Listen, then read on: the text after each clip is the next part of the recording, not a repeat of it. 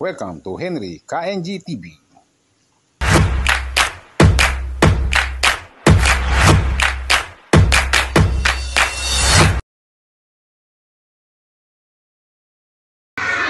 Good morning po. Ngayon po ay araw ng Huwebes. Nandito po ako sa school ngayon habang nag-aantay po ako ng biyahe sa Lalamove. Yan po, naka-on duty po tayo sa Lalamove niyan. Bali dito na po ako nag-abang ng booking. Kasi nga po yan, bago po ako, habang nag-abang po ako ng booking, magluluto po ako. Ang luto ko po ay itong Hokkaido brand. Mackerel po ito. Bali lalagyan ko po siya ng usbong ng sampalok, pang-asim po. Usbong ng sampalok. Tapos po ito, mustasa. Mamitas po ako ng mustasa doon sa aking taniman. Tapos nga po gagamit po tayo dito ng sibuyas, onion, luya o ginger,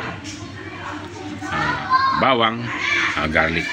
Bali yan po yung mga sangkap niyan sa ating gaganapin sa aking gagawin pagluluto ng sinigang na Hokkaido with mustard. Ayan, with usbong na sampalok. Ayan. Masarap po ito. Magsimula na po ako maghiwa.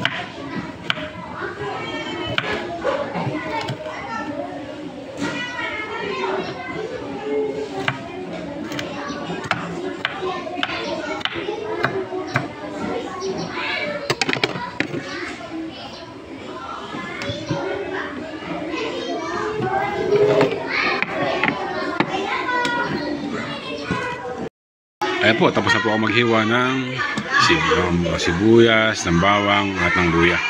Tapos nga po itong usbong ng sampalok, ito po ay akin ng hiniwa din para lumihit siya, para lumabas po yung asim niya.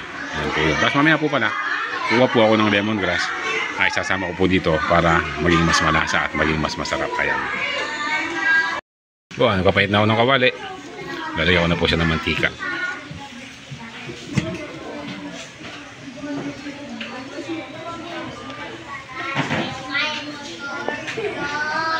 Gaya po natin ay golden fry. Golden Fiesta pan oil. Okay na po yan. Painitin na po natin yan. Pag mainit na, ilalagay nagigisahin na po natin. Magsimula na po tayo mag-isa. Unahin po natin yung luya. Medyo malaki pa yung mantika. Naapura lang. Pero mainit na rin yan. Pwede na rin yan. Gisahin lang po natin yan. Suot po natin yung bawang. Bawang o yung garlic. After ng garlic, suot po natin yung onion. Bawang at saka yung luya. Suot natin sibuyas, onion.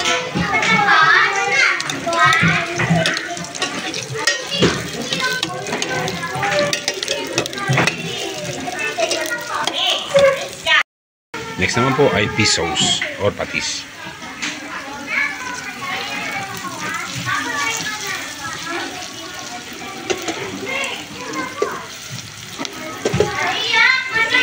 Kulo na po.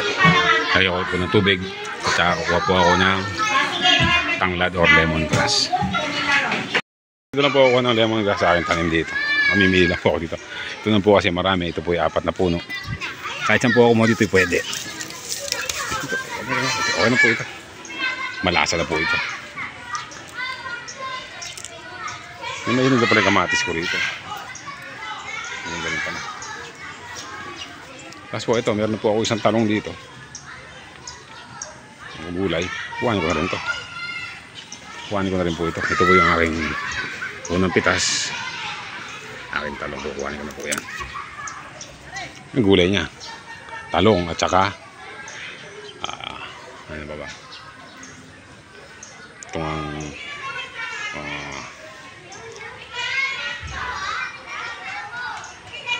mustasa. Bali kuhanin po ako ng sili. Kuhanin po ako ng sili, mga pampanghang. Pero may sili na ako doon eh. Pero kuha pa rin ako ng isa. Isang sili na pampanghang. Masarap na po yan. Yan, sili. Masarap po kasi humigop ng sabaw na medyo manghang. Yan po, nakakuha na ako sa aking tanim. Ganun lang, ganun lang kasimple. Nakapagluto ako sa pamagitan ng aking mga tanim. Kasi nga po, may bunga pa yung dragon fruit dito. Ano? Mamaya piprasin ko na yan. May pagdadalan po ako niyan mamaya. Yan. Yan po, ilagay ko na tanglad para maging malasa siya. Pagkulo po niyan, galay ko na yung usbong ng sampag.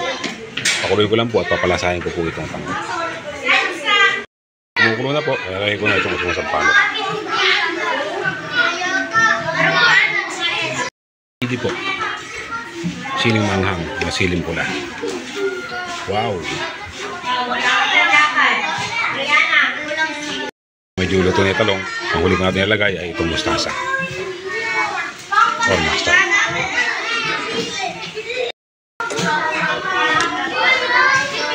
Pag kumulo po yan po yung okay na. Yan po yung sinampalukan na okay.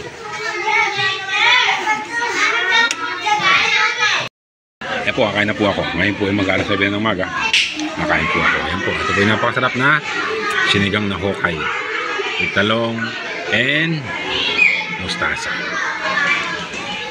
Tapos kanin na masarap. With sili po pala. Nilagyan po pala ang sili yan. Namanghang. Kaya sumarap.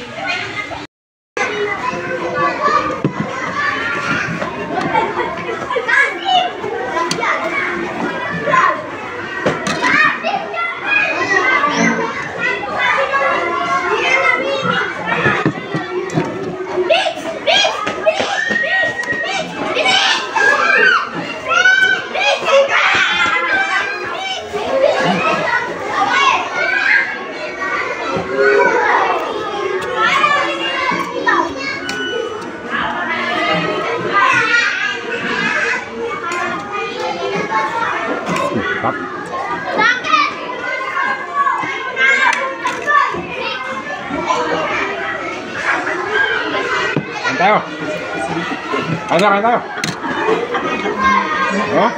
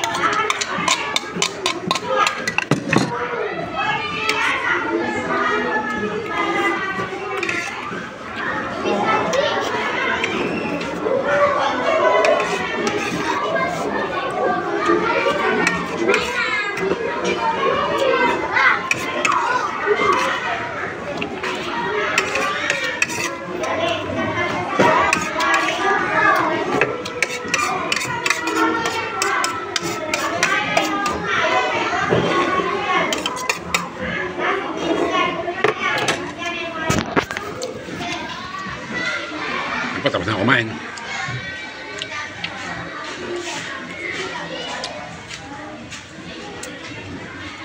Nakatayo po na kumain. Mabilis. Ganyan po talaga kumain. Mabilis. Sarap. Sakto-sakto po yung lasa ng mga gulay at saka yung anghang. Salamat po.